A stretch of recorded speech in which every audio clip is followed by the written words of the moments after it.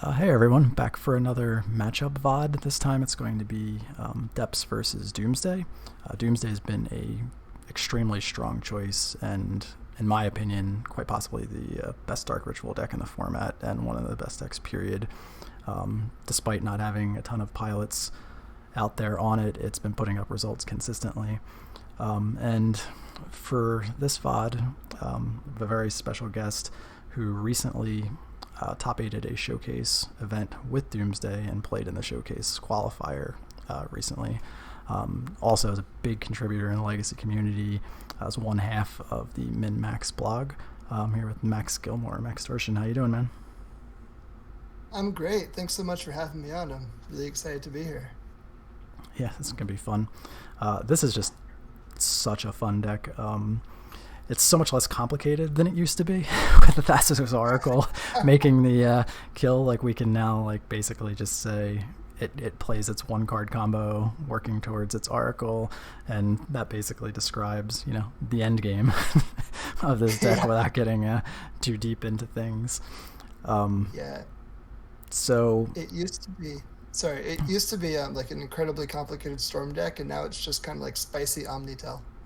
yeah, which is nice because I think over time, if it continues to perform, a lot more players will be drawn into it, and not have to have the old jokes with super mathematical formula trying to figure out what the best 5 card pile is. And there's still a huge amount of skill in making the correct piles, but it's not nearly as fraught as it used to be with Yeah. potential errors. So I know you've run quite a few lists. Like, you had white in your list for a while. You've run Grixis, Bug, probably straight blue black at various points. Um, so this is your most recent list. How did you end up here? And do you think this version is better than those particular lists, or just better positioned, or where is the list and how did you get here? So that's a good question. I very rarely will register the same list twice. Like when I just play Magic, I mostly play Magic as a source of enjoyment and exploration. Um, and the exception to that was between qualifying for the showcase qualifier and playing it. I actually decided to focus in and really try to find the absolute best Doomsday list. And in doing so, I kind of tried everything under the sun, um, with regard to color combinations. The nice thing about the Doomsday package itself, I mean, all you really need is you need the Doomsdays, you need Dark Ritual, you need Thassa's Oracle, and you need some way to draw several cards in short notice, which is not a huge ask as far as card space is concerned. So you can basically throw Doomsday into any sort of shell you want. There's, I guess, two main sub archetypes of this sort of Doomsday list running around. One that uses like some top deck tutors like Limdol's Vault or Personal Tutor alongside a playset of Daisies to really maximize the fact that you can just play all these really tight interactive spells and go off ASAP. And then this list, which I've maybe just closer matches my playstyle. And the idea with this one is that since the combo package is so tight, you can just build a very good, like just kind of like fair good stuff deck where you just draw a bunch of cards, predict, and like churn through your deck. And eventually you're going to find your 4-off. And then you cast it and win, hopefully. So there's two main ways of looking at Doomsday and what it enables you to do, given that the package to run it is so small. As far as actually getting into Grixis, the reason I'm running red primarily is it's the cards you see in the sideboard here, which are Dreadhorde Arcanist and Pyroblast. And I mean, the format's very blue. People are running main deck Carpet of Flowers right now. And Pyroblast answers not only counter magic against Doomsday, but it also answers, stifle effects, which are devastating against Thassa's Oracle, and something that we'll get into against you in the Depths matchup. And Dreadhorde Arcanist, we know, is a absolutely broken magic card, and something it can do, in addition to churning through your pile and combined with the 4 Fatal Push and Red Elemental Blasts, just create an endless pile of removal against creature decks like Delver or non-blue decks, is it can post Doomsday. If you have a single cantrip, that cantrip can now draw you 2 cards for 1 blue mana. So, or be an extra discard spell. So Dreadhorde Arcanist also actually nicely complements the Doomsday deck post Doomsday, assuming that you save a card to cast after the spell resolves. So really just leveraging the power of these, I think, is probably the best place to be. I did actually just recently 5-0 with an Uro Doomsday list, which I registered as a joke, but because nothing is funnier than putting a blue, green spell in your triple black deck. Yeah, I mean, but Uro is a broken Magic card. Yeah, I mean, that kind of sums it up, right? They're all broken. Right? Teferi's broken, Uro's broken, Oko's broken, Dreadhorde Arcanist is broken. Whatever broken cards you want to combine with Doomsday, you can. And it's nice that the combo package is so small because you just have this I win button stapled onto your interactive broken deck. Yeah, and a lot of them fill similar space too. So like it's going to be, when you look at the core cards that you need to attack versus Doomsday, you're really just talking about you have to fight Doomsday. So do opposing decks really want to have in like a critical mass of removal when you just don't care about removal, but you have these 2 Dreadhordes coming in, and do they really want to bother with those? And it's like same thing with some of the other cards you mentioned. Like if it's just 2 stray Uros, like what are they really going to do? Like are they going to bring in dedicated cards to fight against that? Like it doesn't really do anything against your those cards don't do anything against your primary plan in most cases, and you're just hitting them on an axis that it's just really difficult to want to interact on. Yeah, it's nice. So kind of I guess well-known secret, I'll call it, of Doomsday is that your life total is really under pressure. Just Doomsday itself costing half your life is it's a huge hit, especially on any pile where you have to pass the turn back to your opponent. And so Lightning Bolt is primarily played in Legacy as a removal spell, but the risk of getting bolted out, especially with like 2 Lightning Bolts after casting a Doomsday, is very high. And so Lightning Bolt is really never a dead card against Doomsday. And so that's actually one of the reasons why I'm running the 4 Baleful Strix in the main deck, and I'm not too worried about the Dreadhorde Arcanist in the sideboard, is keeping Lightning Bolt as a creature removal spell doesn't actually turn a dead card into a live one. It just means that my life total is under a little bit less pressure, and I'm okay with that. Like you were talking about with the stretching interaction against Swords to Plowshares decks and stuff and Abrupt Decays, those usually come out, or they should often when they see Dreadhorde Arcanist to bring them back in. But if they're planning on answering my Haymaker spells with counter magic, Cavern on Wizard actually counts for both Dreadhorde Arcanist and Thassa's Oracle.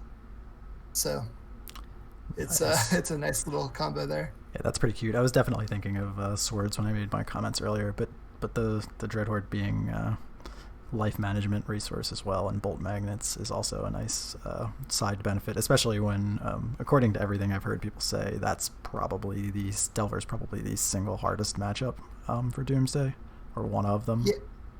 Yeah, the 2 hardest matchups are Delver, Rug Delver, and the Urza Karn Echo deck. Like the Hullbreacher, Echo, Chalice, Hullbreacher, Karn, sure, Echo of Eons. All of those cards are pretty scary for Doomsday, especially post-board. They have 4 Force of Wills as well. So yeah, the Chalice plus Force deck plus other cards that you care about is the bane of many spell-based combos decks' existences. Yeah. So Hullbreacher is actually the toughest one to beat, and one of the reasons why I like having access to Pyroblast effects is because they're very good against that deck as well. Okay, so if you were to recommend, just based on your experiences and testing to the showcase, if you were to recommend a if somebody wanted to pick up Doomsday, this is the shell you would recommend currently. Yeah, this is the 75 I'd recommend with like a higher degree of confidence. Something that I'm testing out a little bit is, given the high number of predicts in this list, um, cutting the Ideas Unbound and playing in Unearth in that spot, because you can basically create a pile where you predict mill Thassa's Oracle, draw, say the Edge of Autumn and the Unearth, and cycle into a Lotus Petal, and you just create a super compact win. And it also allows you to have a backup Oracle in matchups where you kind of want a second Oracle. You can cast Oracle, and if it gets countered or whatever, you just Unearth it the next turn. And in addition to that, Unearth plays extremely well with Baleful Strix and Dreadhorde Arcanus. Yeah, I'm hoping that turns out to not be good. I don't want you to have a virtual 5th Strix that you can just stall and buy more time and draw another card with against the 2020 that does not have a step protection. So let's just stick with Ideas Unbound for now. Yeah, so far the testing has been promising on that. Okay. But this is the list I've been playing the most, so this is kind of the bread and butter of what I'd expect. And Ideas Unbound creates some of the most robust piles, I'll call them, where you can play around the most things. You can just draw Petal, Cavern, Cycle, Oracle, and that's your 4 cards below Ideas Unbound, and you've got a Cavern Oracle following that, and it's very few things can beat that outside of a Stifle. Yeah, makes a lot of sense. Okay. So yeah, I really like the look of this list. I like the fact that it's, despite the fact that you guys have been testing it for a while and it's been around for a little while now post-Oracle, that there's still innovations. Like I've seen Neville Shoot running like what can only be described as like a borderline fair sideboard. I've seen matches on stream where he just has like Ogos and 3 or 4 copies of Plague Engineer. Like list is literally just like going the fair deck playing against Delver, and like you said, with how compact the combo is, like you can just go in so many different directions, both with the main deck cards and how you want to set up the sideboard. That it'll be interesting to see where it goes as time goes on, but definitely a powerful list with a lot of flexibility, and that's a great place to start. And it is great because you can really choose the decks you want to beat. Like this build that you see in front of us is it's tuned to pretty much be, I'd say, 50-50 against Delver and Urza Echo. And in doing so, it gives up some percentage points in other matchups, which used to be very good and get downgraded to, say, simply pretty good. Like I think I lose percentage points against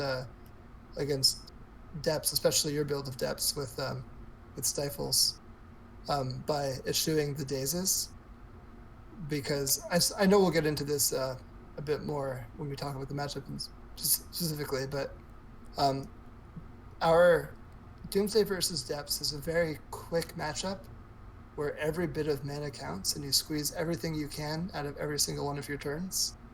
And in that sort of matchup, Daze is incredible.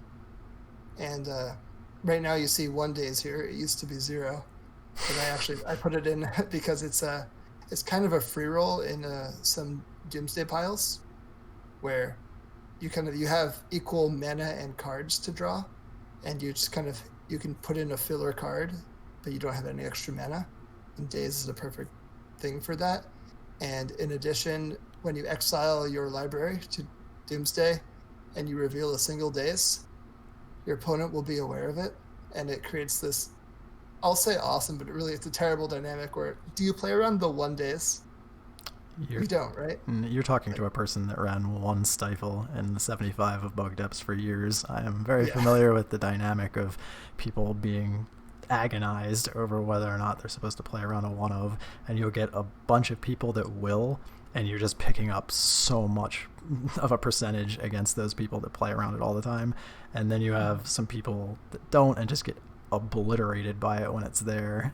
so it kind of, it's definitely, the first one is definitely the best for that style of effect. And some decks obviously it just works as a 4 of, and it's just perfect for what they're trying to do. But yeah, as a 1 of, it can cause a lot of fits for people trying to figure out what the best lines are. Yeah, so that's why I have the deck configured the way I do. but it's definitely a deck that I think can and should be customized to a player's preference. Basically, I think if you feel strongly enough to argue for the inclusion or exclusion of a card in Doomsday, you should probably be playing it. Like, because you'll play to that style and you'll build piles wanting that card available to you.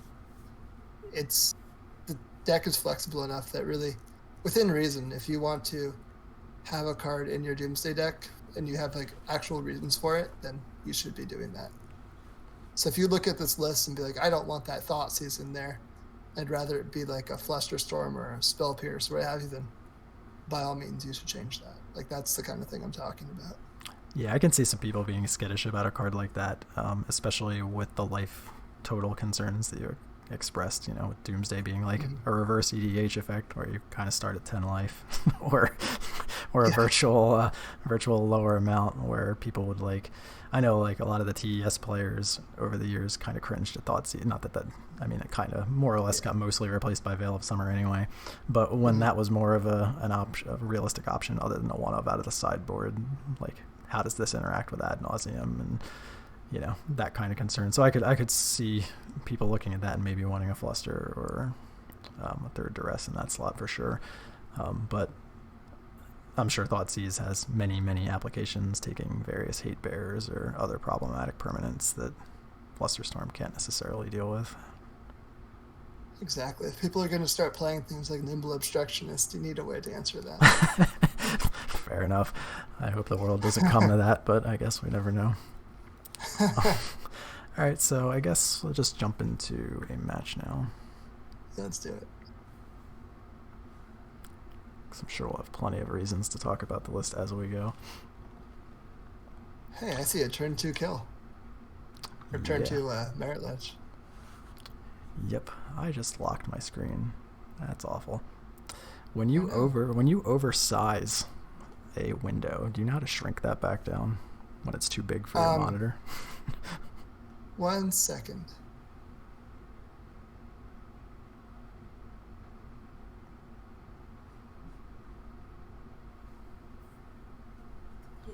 I'm looking into it. 1 second.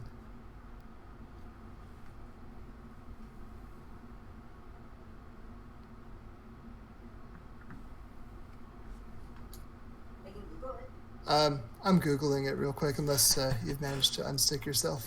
No, I have not.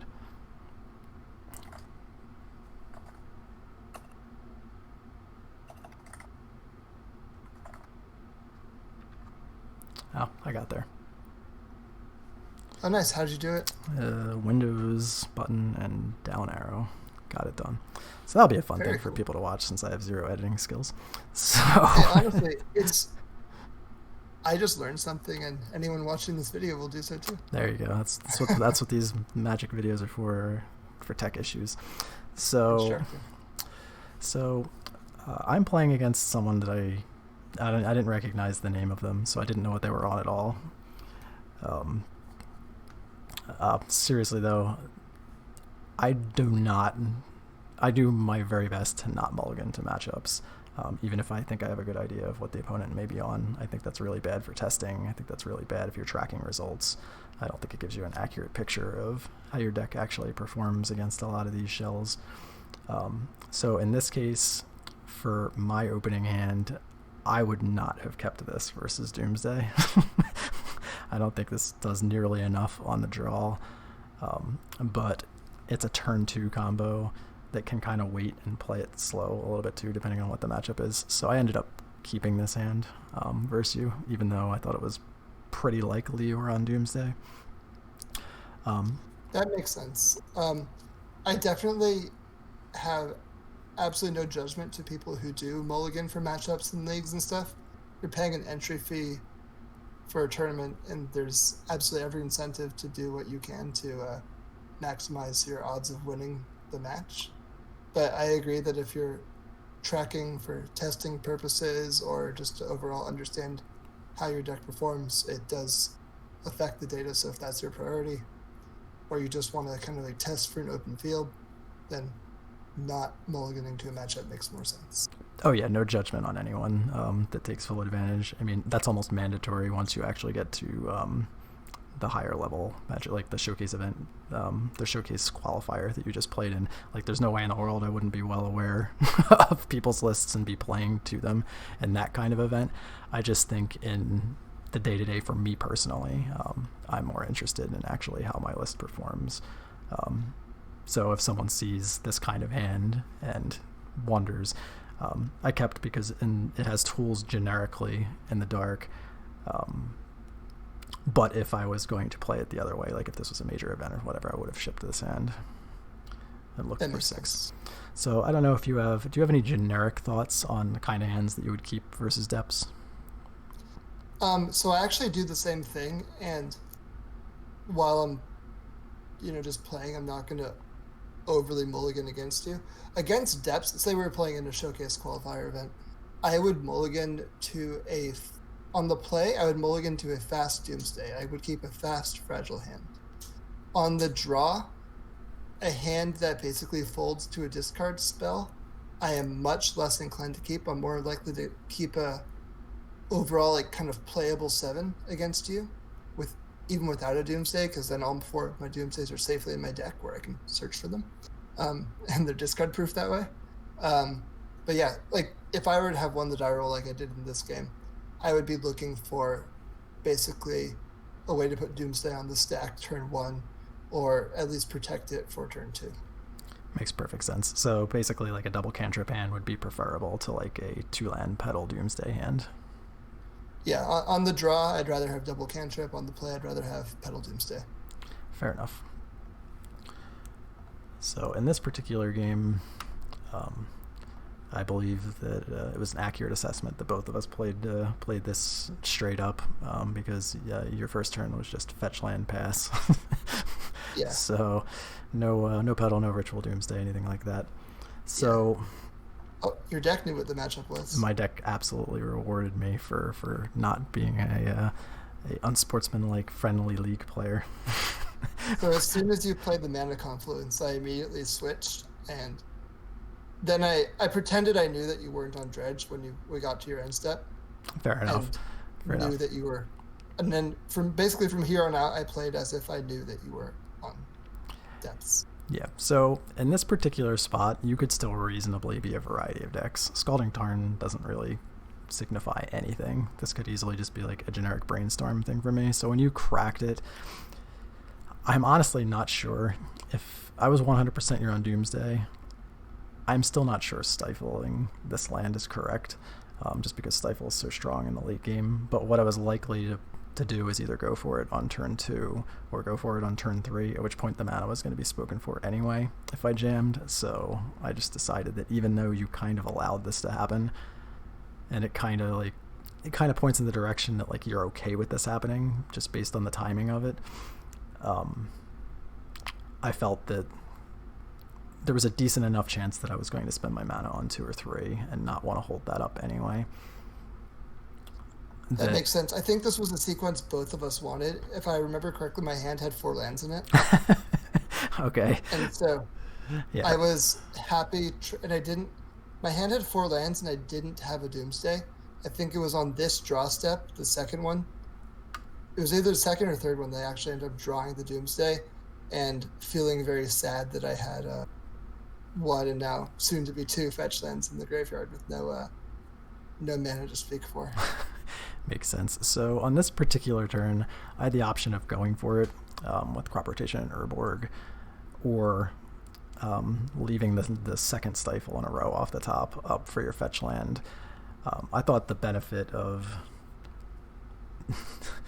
leaving the Stifle up one more turn to play around, even assuming you are definitely Doomsday, there's no guarantee you're not on a 4 days list. So even if the Crop Rotation gets through like a potential force effect, if that just resolves and the Hexmage gets dazed, that's kind of not the end of the world, but if the Crop Rotation gets forced, that's kind of bad. So I figured taking one more trip around the table, trying to fetch or stifle your second fetch, and then maybe draw a discard spell or maybe draw another effect would give me better options in the future. So that's the line I ended up taking, as opposed to just trying to jam the combo on you. That makes sense. So the reason why I'm about to fetch into the Stifle, and the reason why I do that, is because against depths, we talked about this a little bit before the match started, but my priority is basically trying to win quickly. And if I do a slower past the turn pile, there's odds I'll have to play around Wasteland, which basically means insulating against Wasteland means building an even slower, more robust pile, which then means that I would have to, take an extra turn off, and then I risk dying to a 20/20. And so at that point, if I'm playing around both Wasteland and Stifle, I die to the 20/20. And so I would rather trade with Stifles now, so I can build a fast pile as soon as I combo. Makes perfect sense. There was a part of me that was hoping that you would fight over that as well. So if there was a force present and that was going to be an issue, losing the second land, that we would have that fight now, so that on my turn I could actually resolve the combo cleanly. So when that didn't happen, I was kind of a little on the sad side. That makes sense. Yeah, so like we were talking about, I was relatively happy with this trade, as were you. Yeah, so we were both in a spot. I think is an interesting thing to consider. Yeah, we were both in a spot where we were kind of working towards where we wanted to be, and it just happened to align with the preferences of each other. So you had the third fetch land, basic island, I'm assuming, because you didn't want to run into a potential issue with Wasteland. Yeah, with Astrolabe it becomes a rainbow land. Yep. Which is nice. So perfect mana without any vulnerability is nice.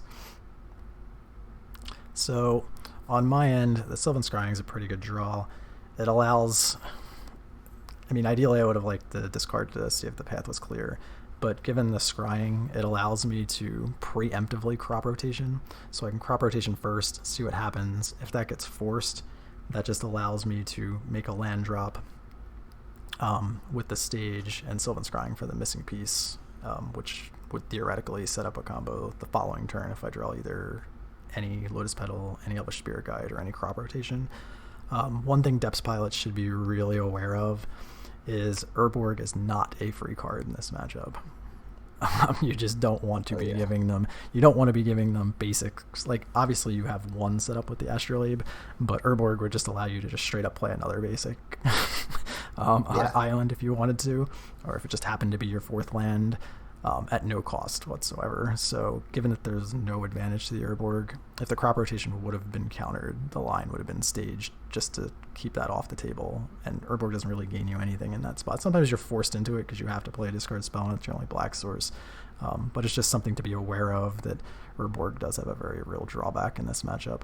You don't even have to crack fetches against it. Like, you can just sit on a Tarn or a Delta or Blitzstain Mire or whatever your fetch setup is, and have shuffle effect plus free black mana for your Thoughtseizes or whatever. It's just something to be aware of.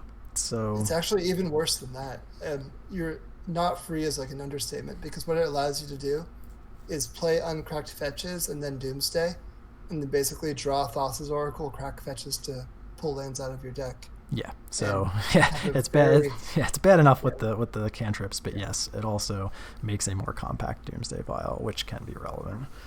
So right, because then you have both. You can get speed and interaction and Wasteland proof all in the same pile if your opponent plays Urborg. Yeah. So here I was pretty fortunate in that the crop rotation just resolved, so that enabled me to go get the Dark Depths and play out the Vampire Hexmage, and basically say kill me now. There's very few Doomsday lists that have main deck outs to the 20/20 other than a Strix to buy a turn. So kind of just put you in a spot of you just had to have it from this spot, and the Brainstorm missed, so, or didn't hit enough. So yeah, I believe that I had a single Brainstorm, the one I just fired off, and a Doomsday, but no Dark Writ. Okay. And so technically if I had Dark Writ, Doomsday, Brainstorm at that point, I would have won. What I need to do is brainstorm into another Brainstorm and a Dark Writ, which is a huge ask, but it was my my way through. Yeah, I mean, you play to your outs. Sometimes you get there. The But yeah, fact the fact Doomsday. that just the fact that you had outs in that situation when you got turn 1 stifled, turn 2 stifled, turn 3 combo says a lot about the power level of the deck. There aren't very many decks in the format that could have basically absorbed like punch on 1, punch on 2. Here's something that kills you. You better kill me on the spot, and your deck still had outs to that play. So Yeah, Underworld Breach could do that, but I mean, yeah, that card is no right longer no longer with us. So if you're comparing it to Underworld Breach, that says something in and of itself too.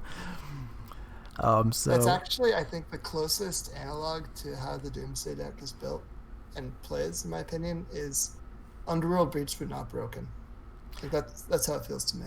Yeah, triple black versus 1 in a red seems like a pretty big distinction too. Mm-hmm. So there's at least and lose half your life. Yeah. There's some secondary issues that aren't just needing cards in your graveyard.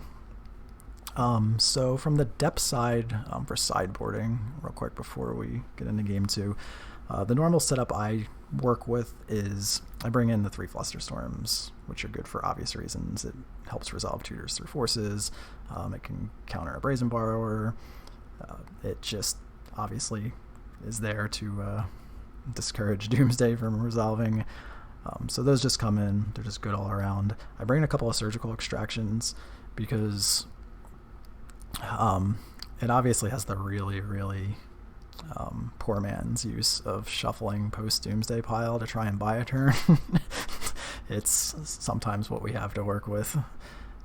Doomsday's very fast. It can ritual Doomsday at times before you can even take a game action from the depth side. There are no Force of Wills or anything like that. So sometimes it has those pray and hope type effects. But the primary reason it's there is because Depths is an 8 discard spell deck that now also has 3 Flusterstorms too. So it's not really that uncommon to be able to get a copy of Doomsday into the graveyard before the Doomsday deck resolves a Doomsday, and at that point it's very close to game ending if you can take the Doomsdays out of the list.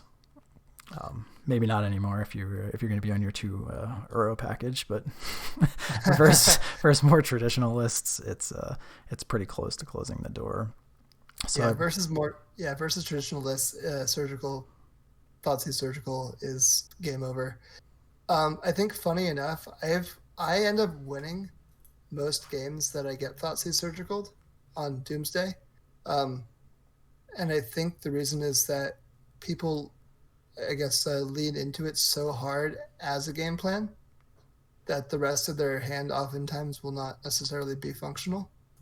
And in those games, you cobble together some Baleful Strix, a Dreadhorde Arcanist, maybe a Brazen Borrower, and you can win without too much difficulty. So how I sideboard in this matchup is basically I cut on the draw, I cut a Dark Ritual, and sometimes a discard spell, even though you bring in Flusterstorms and you have Thoughtseize and all these things. I basically can't necessarily spend my time discarding you because you are so fast and you've already discarded me. I need to find my Doomsday more than I need to discard your interactive spells, since I can't actually discard your Dark Depths or Thespian Stage. Makes sense. At least that's how I see it. I mean, I obviously can discard like Crop Rotation and what have you, but I'll trim on that sort of thing. I don't have too many cards to bring in. The Brazen Borrower is really the one absolute must-have. So on the draw, and then potentially bringing in Dreadhorde Arcanist kind of helps beef up the deck a little bit, make it less fragile to getting discarded because it's a resource acquisition card. So if you're shredding me, but I'm going off with an Arcanist, then I'm undoing all of your work, essentially. Makes sense. Even though it doesn't necessarily do anything against the fast 2020. So I always bring in the Brazen Borrower. I usually bring in the Dreadhorde Arcanist, and to do so, like on the draw, I cut the when I was playing Pyroblast, I would cut the Pyroblast even though it interacts with Stifle. I would potentially cut up to one Force of Will because I'm just kind of trying to like the list is pretty tight. I need to keep my Strixes. I'll often cut like a Predict or two, and that's kind of how I end up fitting everything. So it's like either a Dark Writ or a Force on player versus draw, and then like two Predicts, and those balance with Dread Hurricanus is like a Predict that doesn't need to be sitting in my hand, vulnerable to Thoughtseize or Flusterstorm functionally in this matchup. Fair enough. So for the cuts on the depth side, I generally end up cutting a couple of Pithing Needles, even though they can, depending on the variation of Doomsday, they can name like Edge of Autumn or Street Wraith. They're just not very good, and it's not really what the matchup's about or what you want to be doing. And I also cut 3 Not of This Worlds, even though there's some answer coming in this case a Brazen Borrower. That's not what the matchup's really about either. We still have 4 crop rotations for Suzerain Step and 3 Flusterstorms and 8 discard spells to try and fight through, 6 discard spells since the rest can't hit it, to try and fight through the Brazen Borrower. So that's generally enough interaction that you just don't want a card that only interacts with one card in the opponent's deck. So those are generally the cuts. You can do weird things like bring in a Collector if you see that the opponent has relied on like LED or Lotus Petal heavy lines, but that's not particularly great either. So it's basically just the Flusters and the Surgicals for the Needles and the Not of This Worlds. That makes sense. And more generally speaking, Needle's not a particularly viable plan on naming a Cycler against Doomsday, because if you do it before the Doomsday resolves, then they just don't put that card in their pile. And if you do it after the Doomsday resolves, that's a very small window to do something that's probably of like marginal relevance. Yeah, you're basically, it does come up in not one of these matchups, but if we do end up doing the second match, one of the matches versus Ethan, it does come up, or it can sometimes buy you a turn. But yeah, it's just doing just that. It's just buying that one draw step, so you're going to need something else behind it, and that's just not a rationale for having in the deck. Game 1, obviously, you do what you have to do. It's already in the shell, exactly. But post-board, I don't think it should be there. So this particular hand is excellent versus Doomsday. It's not like presenting a turn 2 combo. It's turn 3, but it's got Flusterstorm, which is pretty solid protection against early Doomsday, and it's got the Surgical too, to force some interaction. So there's no way I'd ship this hand back. I agree with that. I'm scared of this hand. Yeah. So on your side, you end up starting off with a Ponder, which was snap shuffled into Lotus Petal Ritual Doomsday. So now my hand is basically embarrassing. So like I was talking about game 1, or when looking for the kind of hands to keep on the play for me, it's like Dark Writ Doomsday. And so this hand had basic Island, Ponder, Dark Writ Doomsday as like the key elements of it. And I just needed to find a way to get black. So I pondered, missed, shuffled, drew the Lotus Petal blind, and went for it. Yep, makes perfect sense. There's no reason not to in that spot. So one thing I highly recommend for anyone playing against Doomsday is to take a nice long stroll through the graveyard / exile pile. Yes. Post Doomsday, because there's just so much information to be gleaned from this. Like by the time you're dead, you're going to know almost all of the cards, depending on the hand size. You might be short a card or two, but in this case, we're going to see everything with Surgical anyway. But before we take an action, you 100% want to get a look at their list, especially in this case, since we won game 3 or game 1, there's going to be a game 3, assuming this one goes as expected from here. So it gives you an idea of the kind of piles, how they sideboarded. You can pretty much, if you're familiar enough with the list, you can kind of like deconstruct their pile and their hand from these spots, depending on how much time you want to put into it. So here, the notable ones were there's 3 Force of Wills, which means either a 4th Force is in hand or one was sided out, like you mentioned earlier. There's a Brazen Borrower in the exile, so that's notable. A full play. That's a sign of strength. Yes, that's a sign that I'm likely very dead. Yes. The Ideas Unbound is in the graveyard, so you know what kind of pile it probably is based on that being in the graveyard. The Petals and the LED are in the graveyard, so you know that wasn't a thing. And so is the Edge of Autumn. So you can kind of get a lot of information. It's just a good habit to get used to looking at the piles, and it'll be helpful when corner case situations come up. If you really want to, you can even kind of figure out if Crop Rotation for Wasteland is a line against a potential. It isn't here because of the snow-covered island, but if you do have a window to hit a C, whether or not that would actually be effective based on which basics and which lands are left in the remaining cards between the deck and hand. So you can get a lot of information out of it. And as far as I go, as I was building this pile, the things I was looking out for, if I remember correctly, are so I had the turn 1 on the play, so I wasn't super concerned about dying to the 2020. So I stopped worrying about that. What I needed to worry about was Mana Disruption, Surgical Extraction, and Stifle. So those were the things that I built my pile to insulate against Mana Disruption. I think I tried to make it as shuffle proof as possible, so you'll see like the Ideas Unbound's not in there. What that probably means is I have some amount of discard in my pile, cantrips, and lands and Oracle. So that's generally what you can reverse engineer to be in my pile from what you see that's not in there. Makes perfect sense. So the Collector Oof draw more or less does nothing. We can clearly see all the artifacts in the deck other than possibly an Astrolabe are already in the graveyard. So before taking any actions, you kind of just we're going to shuffle their deck. So take a peek, the full peek. So based on what's going on here, the Flusterstorm in our hand is actually stone dead. The Edge of Autumn would be cycled. There's no scenario where you're going to be Force of Willing anything when the only other blue card is the Oracle. So basically what we're on here is a Hope and Pray line based on the shuffle, that the first thing that comes off the top of the deck is the snow-covered swamp. So that would buy us a potential turn, and then if, say, the Duress comes second off the top, that would give us 2 turns to hopefully be able to make a 20/20 and finish it, because if the cantrips come first, you know, we're kind of in a bit of a trouble. The only other way to really get there is if Oracle's the first card, and we draw exactly a Thoughtseize or an Inquisition. So those are kind of the outs that we would play to in this spot from the depth side.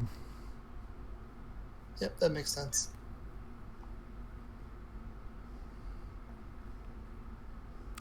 So from here, it's just a matter of land drop. We have 0 to gain. We're not casting Flusterstorm off the Mana Confluence. We could theoretically play a Confluence to bluff Stifle, and maybe that would get you to wait to try and draw the Duress. I don't think that's worth losing the upside of, if we draw another Accelerant next turn, we could just play the Depths and have a 20/20, and then if the top 2 cards were Swamp Duress or Swamp Oracle, we could just win. So I don't think the bluff is worth giving up the percentages that we would get from potentially drawing into a combo next turn. I agree. And so the way that I built the pile is basically I did want to Duress into Oracle on the same turn. Yep. I built the pile to do that, not this coming turn, but the turn after that. Makes perfect sense. So yeah, I mean, you could go Confluence theoretically, and then if the first card that comes off the top is the Duress, so if you waited a turn and we had 2 Confluences, we could fluster the Duress, but you're still priced into going for it there from that spot because it's never getting any better. So the bluff basically has no teeth. So it's definitely better to just play to the outs. So the Swamp did not come off the top, which means that you do get to fetch the swamp out of the deck. Mm-hmm. And play the And duress so, and yeah. see that the coast is clear. So the shuffle effect did buy the extra turn. So surgical did its job. But we really just needed to luck sack into a stifle off the top there in that spot, and we already did that in game 1. So Magic Online decided that it had enough of that and was going to return to the norm. So we had no other real plays there other than to play the Collector Roof. No bluff is going to work in this situation, so it's not worth holding a fake stifle up. And Agreed.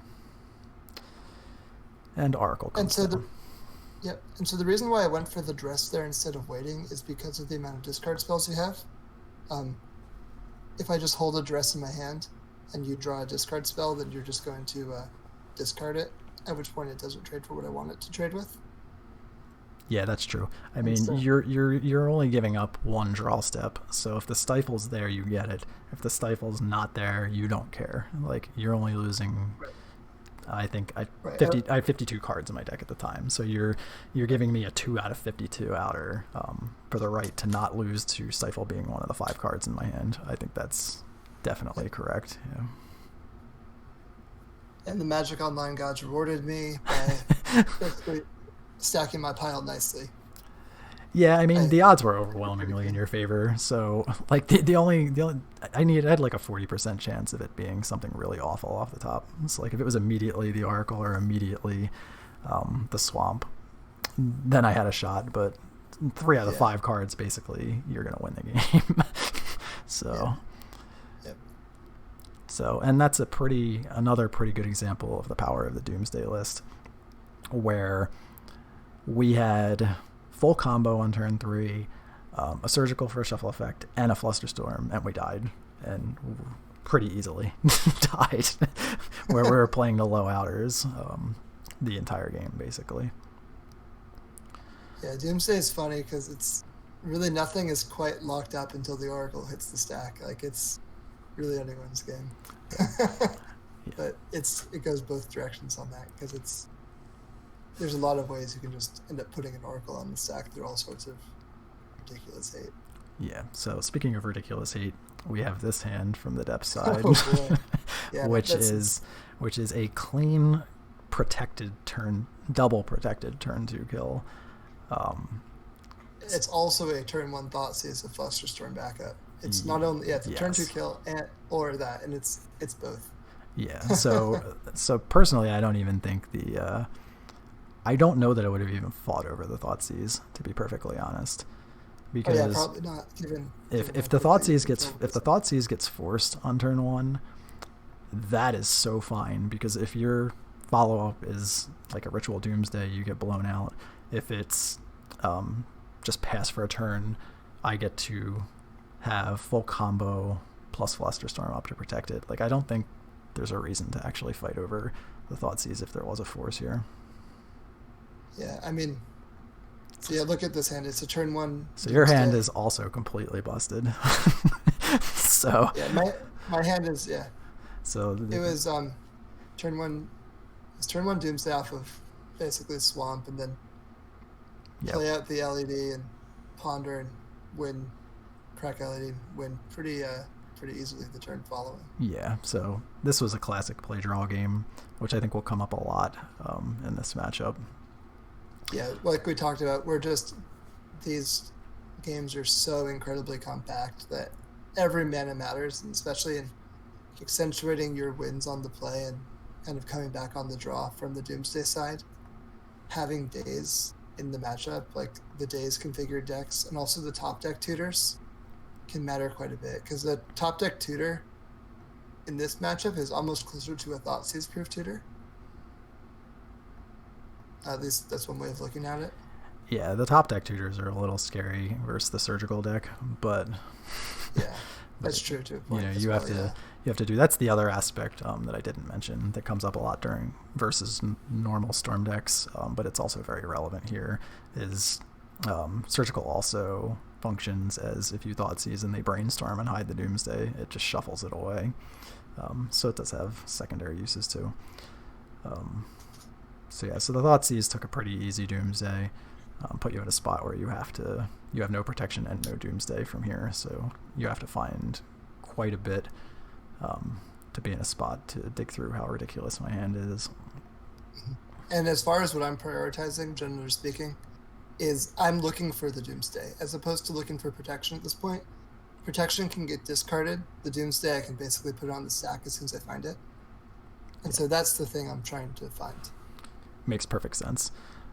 So here the Hex Mage comes off the top. It wasn't particularly needed because we had the Crop Rotation Spirit Guide to combo with a Fluster anyway, but it's kind of like, here's the riches kind of thing. So the two missing cards that we didn't know about off the draw step and the Ponder draw were Force and Baleful Strix. Good draws, though. They were good draws. They were pretty good draws. So here, knowing the entire contents of your hand, there's no reason not to fight over this, because even if Doomsday comes off the top, there's no way to do anything with it. Post Doomsday, there's no cantrip effect of any kind. So even if you draw exactly Doomsday, it doesn't change anything. The only card that could come off the top in Matter is Brazen Borrower. Yeah, but then you have given the last two cards, that actually just straight doesn't matter. So it's a pretty easy call to use the Flusterstorm here. Yeah, but in the abstract, that's the only thing I have, and you have that covered. Exactly. So play the Swamp on your end, bluff the Borrower. I like it. It's the only reasonable play to make. I don't know if you drew a cantrip or a relevant card there, but yeah, it's always bluff the Borrower. You, Tom Hepp, will make the 20/20 every time, but yeah, you can't play around a 1 of in that spot off the top. Yeah. Like I played the Rainbow Depths Mirror the other day, and they were already through one of their stifles, and I had just cleared the way with a discard spell, and knew they couldn't make a 20/20 and made my 20/20 because I had protection from Caracas. I had a Safekeeper in play or something or not as World. I had a protection from Caracas and they couldn't stop it. So I made the 20/20 and they made a 20/20, and I had the tutor for Sajiri Step, and I'm like, am I playing around on the 1 of Stifle that's going to stifle this Sajiri Step here and basically put us into playing a 40 turn game of Magic? And it's like, no, I am not. And they had the Stifle, and I cringed, but you still make the play. You still make the play, and you take your 2% lumps or whatever it is. It's less than 2. Yeah. In this case, it was exactly 2%, 1 in 50. It was 50 cards, yeah. Yeah, or 51, I guess, before the draw step. So, that's true. But very close to 2%. So, how are you feeling? Do you want to do one more match, or okay? Yeah, let's do the match where you're playing against Ethan, because he's playing a bit of a different deck, so it'll be a good way for Death players to look at kind of a broader scope of what Doomsday lists can present and how to play against them.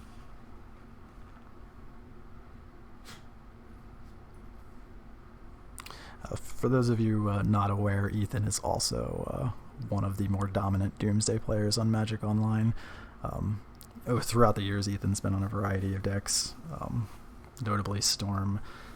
Just a very good, strong Dark Ritual pilot. He's a very good Dark Ritual pilot. He was, I want to say the first, but if he's not actually the first, he's among the first people to actually play Doomsday with Thassa's Oracle. I think he was doing it just maybe the day it was released. When I decided to put Underworld Breach and Brain Freeze in the same deck, he was putting Doomsday and Thassa's Oracle in the same deck, and he was like actually doing decently well with Doomsday in a Brain Freeze metagame, just to point out how good Ethan is. Well, I believe it. So I also not surprised that I don't know, Ant was kind of in a rough spot for a little while there, so he was probably looking for alternatives, and found a pretty strong alternative. Yeah, he also loves to just kind of explore what decks can offer and what you can do with things. He's, as opposed to I think he gets a lot of the joy out of kind of the discovery process of Magic as well. And so you'll see him trying all sorts of different things in various leagues. Yeah, that does not surprise me. I'm pretty sure that I've played against Ethan more than once on Spanish Inquisition. So, you're not out there doing that in actually in leagues you have to actually pay for unless you really enjoy what you're doing. so, so, so same rules as before on my end. I'm not going to mull to matchups, generally speaking, in leagues. So this hand it's pretty quick. It's a turn 2, but against a deck that can have Force of Will, or likely has Force of Will and probably has Daze, this hand is not very good. There's no discard or proactive interaction of any kind. Crop Rotation's not particularly a disruption piece against Doomsday unless you kind of catch them napping with like a Crop Wasteland line, but that's not really reliable. But the hand can make turn 2s 2 different ways, so I'm not shipping this as in the dark, so I didn't ship it here either. So we keep the 7 on the draw. Looking at these depths hands is making me want to really give this Rainbow Depths a shot, just because it's a fun deck. Looking at these and they're such powerful hands. This is you're looking at this and against in the Doomsday matchup this is probably a mulligan, but man, this is just you got a turn 2 kill and you're insulated in a fair game. Yeah, it is A plus B, where one side of that has multiple pieces. So, it's not your typical 4 of plus 4 of, it's 8 of plus 4 of, and then you have 9 tutors for one side of it. So it's very, very, there's a lot of redundant pieces. You're going to have it every game by turn 2 or turn 3, and it's got a good amount of disruption. And then even, it doesn't work here, but Crop Rotation is a disruption piece against a lot of other decks. Like Bog is very real against a decent percentage of the format. So there's some overlap between your combo pieces that also happen to be interactive pieces. Like if this was Ant, Crop Rotation, Bog is a very real line. And that's actually, I think, one of the reasons why Ant has fallen off a little bit. It's back to an extent now just because I think dedicated hate for Ant has diminished, but incidental hate for Ant is just kind of all over the place. Yeah, that is my impression as well. So here we see a familiar opening, not the Ponder, but this time the Street Wraith into the quick Doomsday on turn 1 on the play. That is generally the best strategy. One of the things that I'm going to be a little bit critical of Ethan for here, and this is a completely Moto thing. Okay. But right now, you can see the Street Wraith in the graveyard being highlighted in green. Yeah. If you were a Doomsday player on Magic Online, select the card in the graveyard at the end, the last card you pick, and then hit OK as quickly as you can afterward, because you're trying not to give away to your opponent what's in your pile. That makes a lot of sense. Also, I guess if there's more than one Street Wraith in the list, you'd probably want to click on the Street Wraith that's in the deck, not in the graveyard. That's correct, yeah. Try to avoid graveyard cards if you can. But I know that Ethan often does play multiple Street Wraith, and so from there you can infer, seeing the Street Wraith being highlighted, that he's likely building a pile that has multiple Street Wraiths in it, which is against depths, assuming that he knows the matchup and is playing it as such. He can build a pile where he doesn't actually run on empty, but say he has a backup mana source in hand too, he can go land, cycle, Oracle, and just play that next turn. Makes perfect sense. Same thing as before. Really check out the exile. In this case, there's 4 dazes in this list, so that's good to be aware of. There's 4 forces in the exile pile, so we know that's not a card that we have to worry about. The Petal and the LED and the ideas are all also in here, as well as the Edge. So exactly like what you were saying, we can kind of infer that there's probably multiple Street Wraiths in the pile. Granted, there's not a ton that we can particularly do in this spot, so we're kind of just relegated to playing a Needle here. We do have the option. It's worth noting that this is actually a turn 1 based on the Lotus Petal, Mana Confluence, play Hexmage, pitch Spirit Guide to Crop Rotate into Depths, make it 20/20. So it is technically a turn 1 combo, but unfortunately that's just not good enough. If we don't interact with Ethan in some way, he's just going to tap and kill us. So as opposed to putting a 20/20 in play on turn 1, we're kind of just forced to just go with this like try and hope we can make the pile crap out plan. So since we know for a fact, since there was a Street Wraith in the list and it is not in the exile pile, there's at least a Street Wraith involved, if not more than one. We're hoping Needle buys a turn. So the other play, so from here we have 2 distinct ways we could approach this. We could hope that buys us 2 turns and the pile was Street Wraith, and there's no cantrip in hand. I think that's pretty unlikely. So I think just hoping to get another turn where we can play Hexmage off of the 2 black sources and play the depths is just not a winning line. So I think the more likely way we win this game is if cutting Ethan off of mana as well also causes an issue. So I decided to crop rotation. I agree with that. I wouldn't fault anyone that wanted to try and go for the kill, but I just wanted to try and win the game by taking the options away. I agree with that. I think it's definitely the right line in this sort of like a turn 1 hand with like turn 1 Darker at Doomsday. You have to consider that that's why they kept the hand. So there's no guarantee that the rest of the hand is, good. Yeah. By any stretch of the imagination. Yep. So that was the hope. So basically, that did buy us a turn between the Needle and the Wasteland.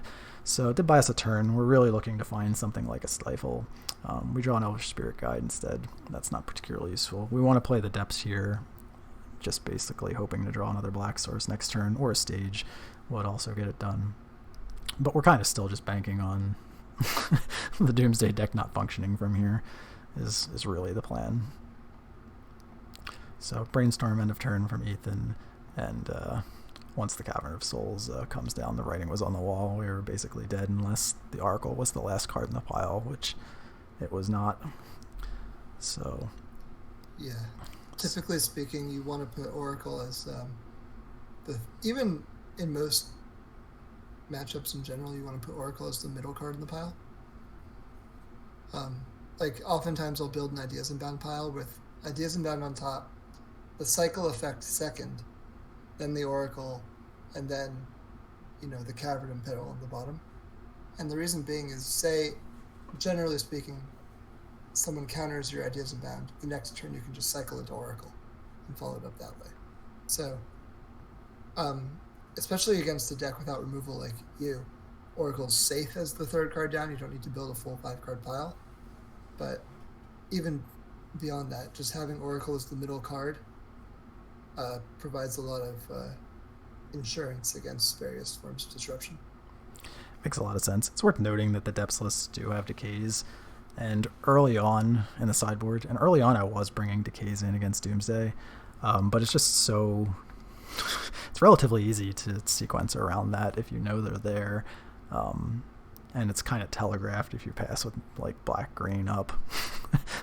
So, and if you're already setting your piles to do things like you did in the one game where there's going to be a duress involved, then that's just not really where you want to be anyway. But yeah, as of the current configurations, I don't think decays belong in the deck, so that absolutely works. So for game 2, now mulliganing with full knowledge of the matchup, this hand sort of looks okay on the surface, but I think this is a trap. Like, basically in line with what you were saying before, where you're really looking for Ritual Doomsday on the play, but you want more of a functioning hand, maybe with a couple of cantrips on the draw. If that's the kind of hand that's over there and the Inquisition just grabs a random cantrip, our combo is so slow. So we're basically a turn 4 combo from here, and that is just glacial. Yeah. and we're not doing anything to interact other than the one Inquisition. So I decided to ship this. I don't think this is the style of hand we really want to be keeping here. I agree with that, and also like the Urborg wasn't adding much as far as what it gives to you, and if you have to play it at that point, it's really helping Ethan. Yeah. So this hand is almost identical with one key exception. This is a turn 3 instead of a turn 4. So once you're already to 6, this is probably better than a random 5, having a clear path to the combo with the turn 1 discard spell. It's unfortunate that we don't have any blue mana, so kind of restricts our quality top decks a little bit. But I felt that this was reasonable and a guaranteed turn 3 with a discard spell, and felt better than a random 5 to me. That makes sense. And then also, good. The fact that the Collector Oof could technically slow down, depending on what you see with the Inquisition, the Collector Oof could have relevance. Exactly. So if we were to draw, say, the Depths naturally next turn, we could just run the Oof out and shut off some Lotus Petals and things like that, or the LED line. So here is exactly what you were talking about, where the hand is just a pile of cantrips. Like literally four cards that have the text to draw a card. So from here it's really interesting. I personally, with the Urborg in play, didn't think this game was going to come down to Dark Ritual. I feel like I actually came to a different conclusion. So okay, go ahead. What do you think? Talk it through. So I feel like if the Doomsday comes off by turn 3, we're likely to lose anyway. And if it doesn't, I would want to restrict the number of cards they can see towards finding it, was where I ended up.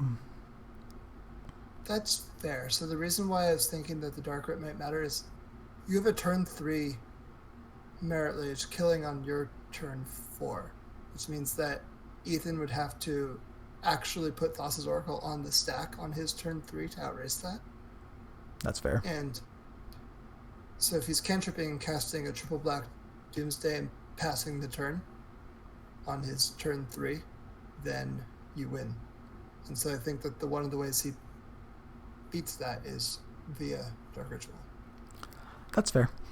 I guess the other piece of it is whether or not, because you're going to be cantrip, double cantrip, and Street Wraith. So you have 4 clean draw steps and then 3 actual cantrip effects. So the likelihood that, not necessarily another Dark Ritual, although those are possible as well, but Lotus Petals as well if we don't go the Collector Oof route, which it doesn't look like we're going to be able to currently, also plays to that. Plus they all dig towards Borrower and things like that too. But I can definitely see the point.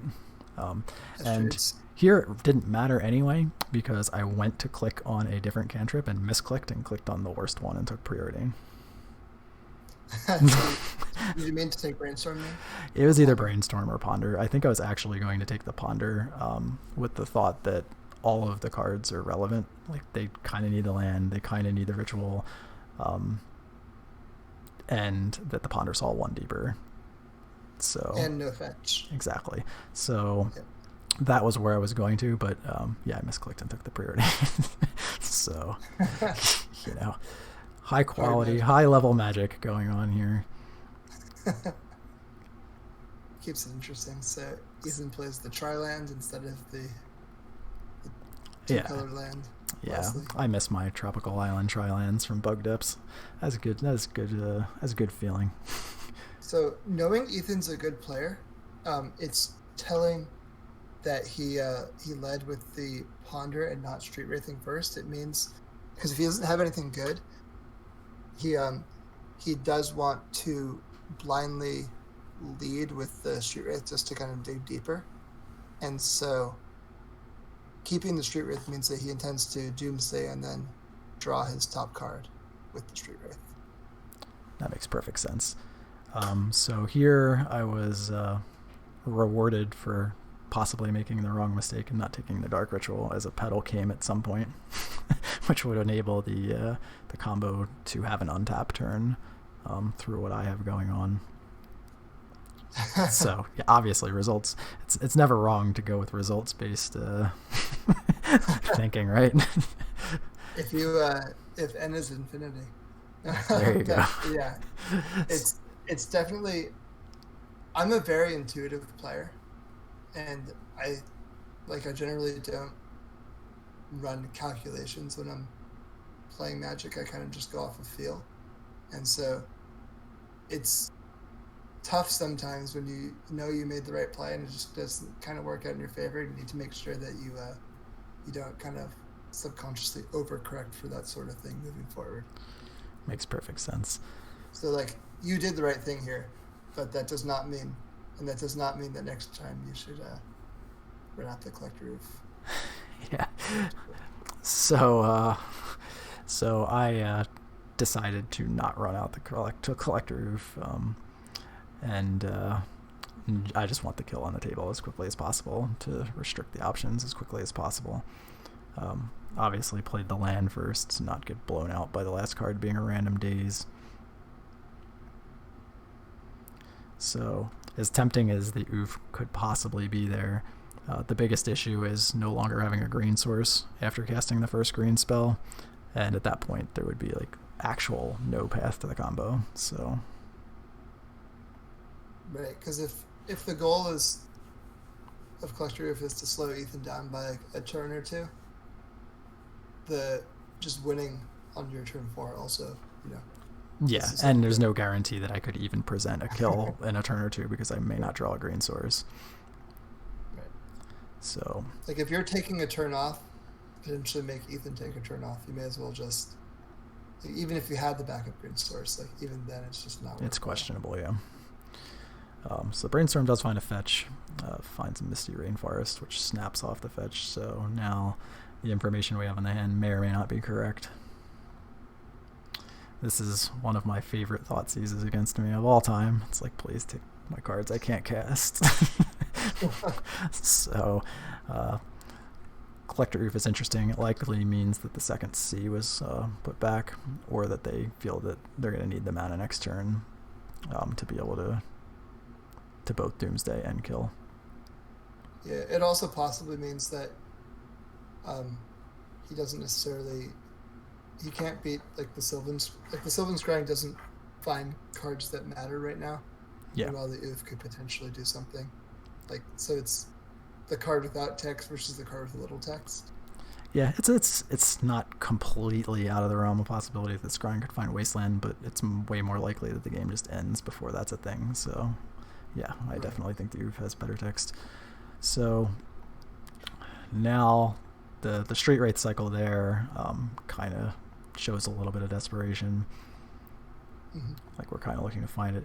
So pass the turn back here was super interesting without anything happening. So I have the first piece to reset with the Sylvan Scrying, so I don't think there's a justifiable reason to not go for it. If something like a Borrower's there, we just accept it and work towards comboing again.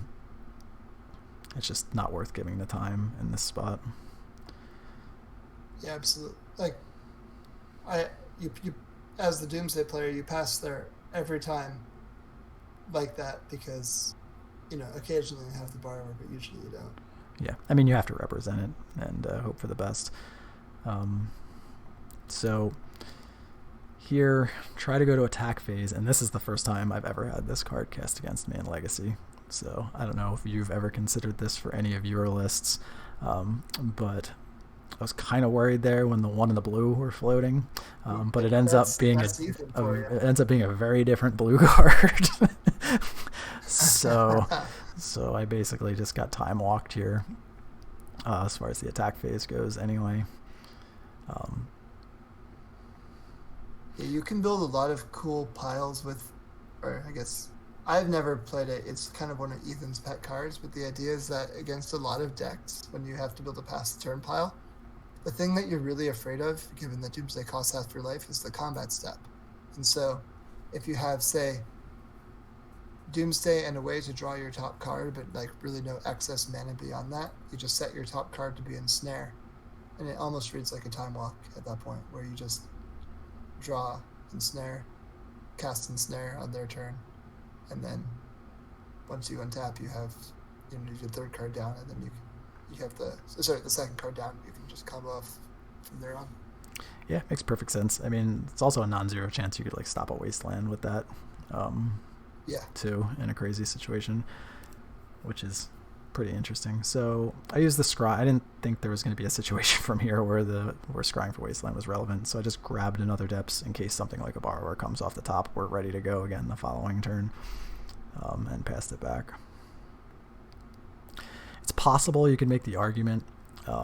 I don't think we didn't see any in this list, but if we hadn't already seen the full list in an earlier game, it's possible you save the Sylvan Scrying there for a Sajiri step if you think they're on the Baleful Strix version. Just kind of be aware of what you think the opponent's on in that spot.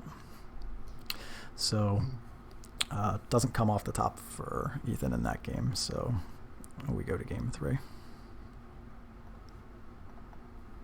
Yeah, the Ensnare's a cool time. I mean, it basically functions like a Baleful Strix does, without Sajiri step, where you just kind of stall for a turn.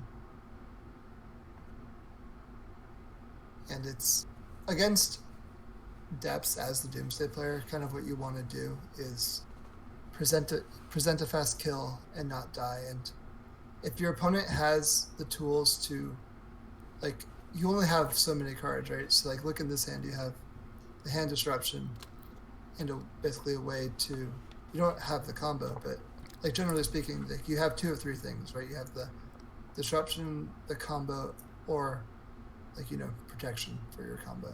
And it's hard to kind of have all 3 of them at once. Yeah.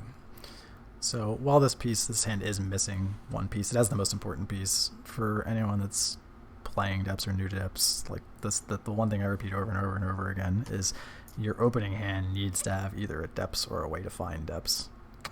You'll find the other piece.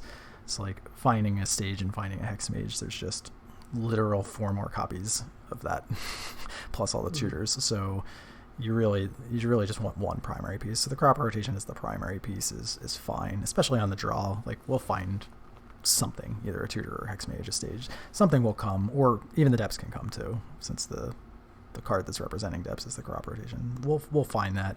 And double acceleration, double Thoughtseize means that we're going to get to open on Thoughtseize, and we could theoretically have a turn 2 if any of another crop rotation or a stage or a depths or a hex mage come off the top.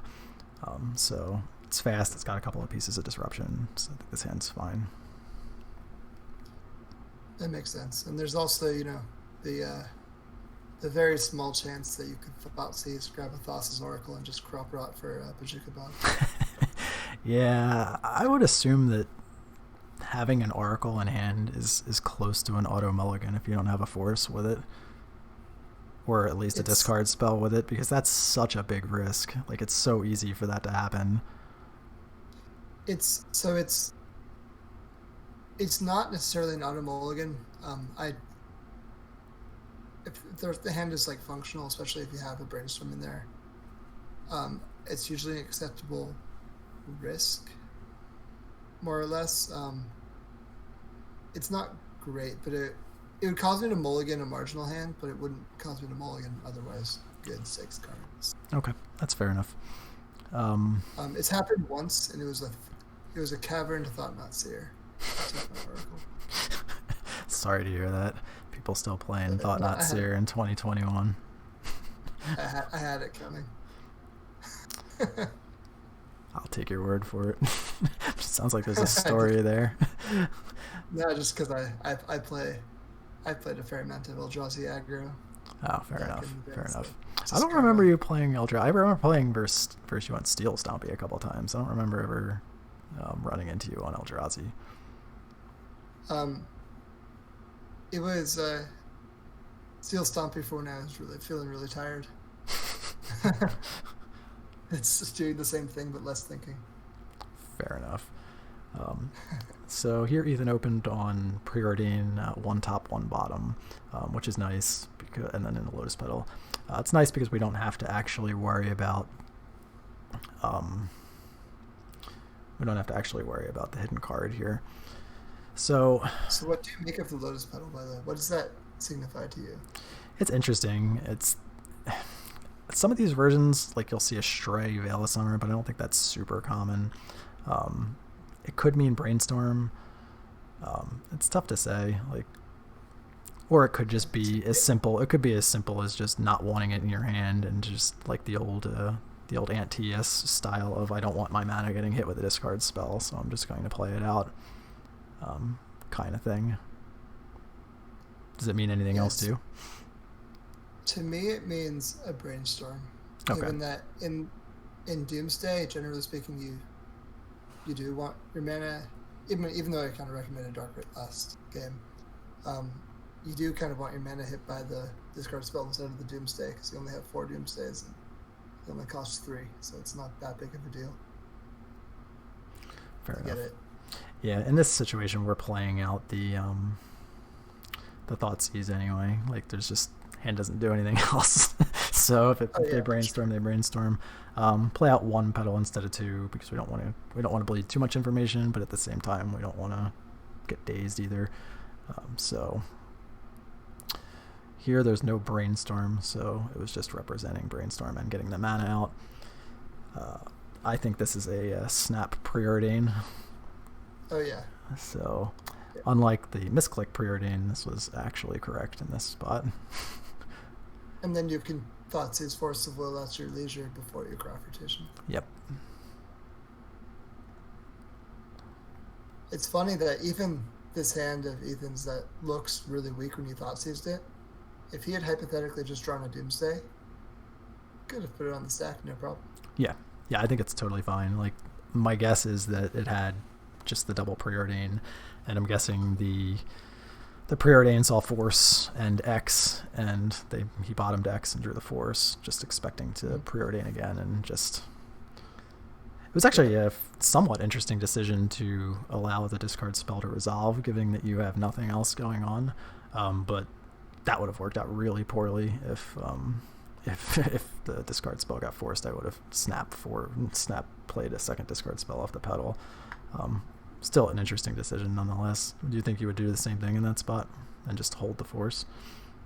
Yeah, I think I would hold the Force for the reason being that I basically would just hope that the Force can interact with your combo and that I can draw my Doomsday, because like a Doomsday off the top is all it takes to combo from Ethan's shoes at this point, which is, not nothing by any means, but it's not an insane ask. Yeah, I agree. So here, this was actually straight terrifying. So I untapped and played the second Thoughtseize, planning on just clearing the Force out of the way, and it got snap forced. And there's only one unknown. So the only conclusion that I could come to from this spot is that it was Doomsday that came off the top. I think any sorcery speed cantrip would have been cast, because Doomsday could have followed it. And I think I just can't think of what else would have come off the top besides maybe the Oracle itself that would make any sense. I would think the Borrower came off the top, because if Doomsday came off the top, I'm not sure why he wouldn't just play it. Respecting Flusterstorm would have been my guess there. I guess, that's fair. I've walked into your Flusterstorms enough times to feel that. No, but generally speaking, I don't think that the luxury of time really exists in this matchup. That's fair. I did not get get another clean look at his hand, so it's I think that it's likely that it was 1 card based on how the next couple of turns play out, but I'll get your opinion on that when we get there. So probably wasn't the pedal. We can there's no way. So basically it's just the last card in hand, right? And again, it's pass from here. So maybe it was Doomsday and he was playing around Fluster. Yeah, I'm not 100% sure whether that was it or not. So I draw get to draw the stage there. So now we get to go for it. I did not for a second believe that the last card was Force of Will. I don't think pitching Force to keep Force was like a thing that was possible. So I decided to pass it back and see what happens here.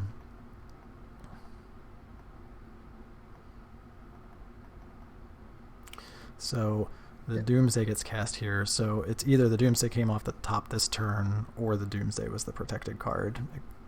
Right. Not really Which sure. Doomsday was almost certainly the protected card, like you said.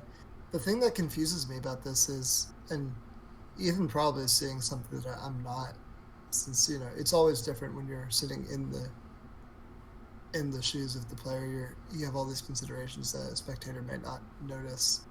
But from where I'm seeing, any draw spell at this point plays into that Flusterstorm. Yeah.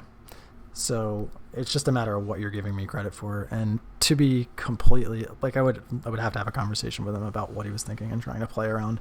But the only thing that I can think of is I didn't show a single combo piece until now. Like the stage is the first combo piece. So it's just been mana with a blue mana up every turn of the game.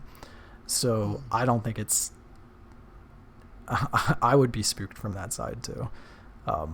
Because that's kind of what the hand looks like. There was no X-Mage when I could have easily played X-Mage and left blue up, so that's not there. There was no Depths, there was no Sylvan Scrying when I could have played a Sylvan Scrying and left blue up. So what were the last 3 or 4 cards in my hand? Like, what could you even realistically? I didn't try to go for the kill last turn when a crop rotation or 2 crop rotations would have been able to do that, and there was clearly no counter magic. So yeah, I guess, like, what would your read be as far as what was in my hand? And I'm assuming that he came to the conclusion that it was pretty likely that I had one of the blue cards. Yeah. I would probably, from that position, try to play around Stifle to the best of my ability. Yeah. So there are some really interesting choices here. So a couple of Exanted Swarms came in from the sideboard, as did a couple of Veil of Summers. I like Xanted Swarm as a card to bring in the matchup if you are running it.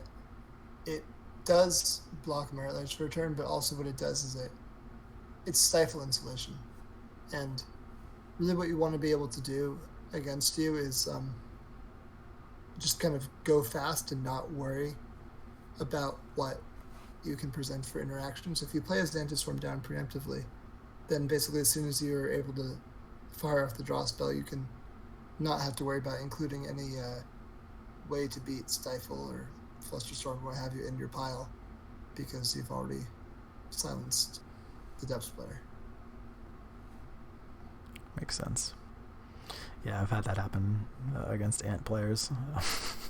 And to a lesser extent, I've been Hope of Gariperd before too.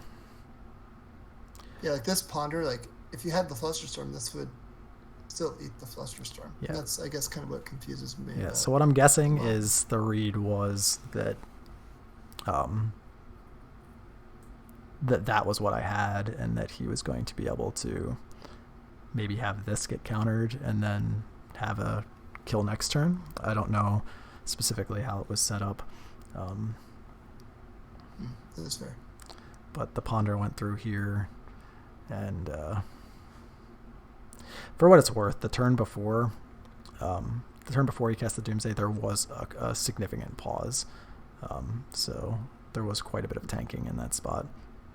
Yeah, I mean, games tell a story, right? Yep. And that's the kind of thing that you can, as the player in the driver's seat, kind of intuit. Exactly. And that's kind of assuming that it was that he was trying to play around. That kind of gives you a secondary feel for how strong the card, just having the card in your list, is when it's theoretically gaining you percentages, and in this case a game win in a spot where it never was even drawn, just because the other opponent, but just because the other side felt the need to play around it in a way that ended up changing the outcome of the game as opposed to just jamming. Right, and for every game like this where playing around the Flusterstorm technically gave you the extra turn to win, you'll have games like, I think it was either the most recent match we played, but it might have been the one before that, where I kind of aggressively jammed my Doomsday and he flustered me, and then I felt sad about it. Yeah, so, and that's just a dynamic, and that's one of the reasons why the deck's built the way it is now. It's just, if this was just straight black-green Depths, that this would not have been a close game. Like, it just would have ended on the spot because the Doomsday just would have been snapped off. So the power of the blue cards, but both of these matches were really close. They both went 3 games. There was some play draw dynamics going on in spots, some decent top decks and others, and I don't know, I like the feel of both of these decks. I think if you're going to get me on another combo deck, this is the one you could probably talk me into trying. That would be exciting. That'd be a lot of fun. Oh, now it's good. This was really cool because all of these 6 games played out very differently. Like oftentimes you'll see a matchup that kind of plays out the same way over and over again, but for a deck that one wants to put Merit Lage on the stack, or sorry, in play, and wants to put Doomsday on the stack, like these are all very dynamic, interesting games. Yeah, and this isn't even like the tip of the iceberg. Like I was telling you earlier, I'm sad that I lost a lot of the replays because Stifle on Oracle comes up. A lot of weird interactions on both sides come up. I mean, I know you've personally set up like a 4-turn long Doomsday pile against me that made me want to cry. I don't think I slept that night, where I had like 2 or 3 pieces of interaction and I just did not see a line for you to win the game, and you just went like Teferi. The pile was like Teferi, swords like something else finally, into just like playing the Oracle as the last card, and you just played the Teferi with like a white up, and like I had the ability to make a 20/20, but like my crop rotation was just dead. Like I couldn't crop rot for Sajiri Step, so I was like, well, this is great. Like I had the Stifle and like the Teferi's just mocking me on the other side of the table, and yeah, I don't think that version of the deck's great, but it just shows you how flexible and different Doomsday can, how much it can morph itself to whatever enemy it sees as the top dogs. So, and yeah, there've been some super interesting games. Yeah, Teferi is really cool. One of the things that it does, the reason I'm not playing it isn't necessarily because I don't like Teferi, but because I think Pyroblast is just so needed right now. It's just like, it's not Teferi, but it's more Pyroblast. And Teferi is nice because one of the problems with Doomsday is, you lose half your life and you have to give your opponent a turn on a pass the turn pile. But if you can put Doomsday on the stack on your opponent's turn, you can negate a lot of that problem. That's cute. I guess at the end of the day, it's hard to deny the blue hoser. And once you actually factor in the casting costs too, like, you're much more likely to be able to fight with over various sequence. Like we were talking about the compact situations, you're much more likely to be able to fight with a 1 casting cost card than a slower card that requires a tap out in a spot where that's probably not something you want to be doing in a lot of matchups. Doomsday, you can basically build it however you want. Depths, if I were to play Dark Depths, they would really just be your 75.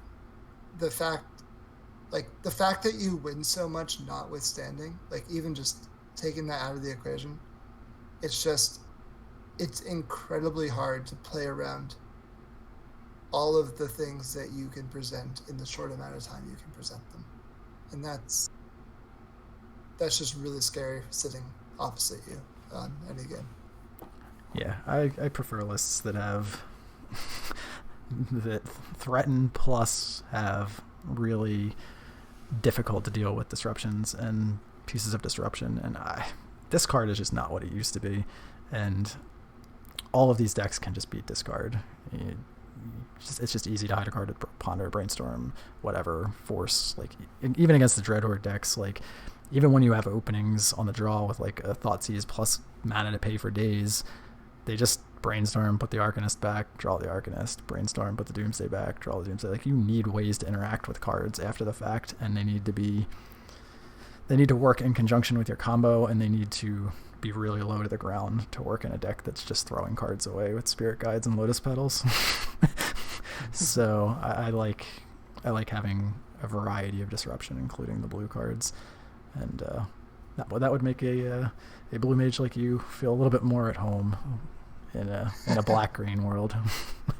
Yeah, I'm pretty flexible as far as deck alignment goes. Like you mentioned, Steel Stompy before. I really got deep into that deck, and I still have my my avatar Steel Overseer as an homage to that. But it's fun, just kind of really like you were saying. Like this deck throws away card advantage, which is so much of what Legacy these days operates on. Is like Uro, Dreadhorde Arcanus, they all just like draw infinite cards, and you're just like, we're not going to play that game. We're going to interact on this axis where the number of cards you draw doesn't really matter, because I'm going to take the cards that matter and then kill you before you can recoup the card advantage. Exactly. So, thanks for doing this. I feel like we hit on quite a bit and covered a few games and hit on some random format type things too. Really appreciate you doing it. Hey, thanks so much for inviting me on. This was a ton of fun. It's a good time. If anyone wants to find Max, Maxtortion pretty much anywhere, go to the MinMax blog. Lots of great Legacy content that's been picking back up again recently. I believe you and Min have been doing like a matchup battle type of thing. We've been doing what we call the min-max battles, where we just kind of go head-to-head with different decks. We've been switching up the specifics of the tournament structure time and time again, trying to kind of iterate into what we think is the most fun viewer experience. So we're really trying to hone that in, but it's a fun way for Min and I to play a variety of decks against each other for like a small prize on the line. Then we just ship the loser ships the winner 20 tickets, and so we have some incentive to win, and nice. Just kind of play a variety of decks and show what Legacy has to offer. That's awesome. As if beating the crap out of your friend isn't enough motivation. Oh, it totally is. Gotta add a little spice on top of that. But yeah, this deck is really strong. If anyone wants to check out, Doomsday list is up on the screen now. I'm sure you could just do a quick MTG Goldfish search for Maxtortion if you want to get an easily downloadable version for MTGO. And hope you guys enjoyed it and learned a thing or two. And see everyone next time.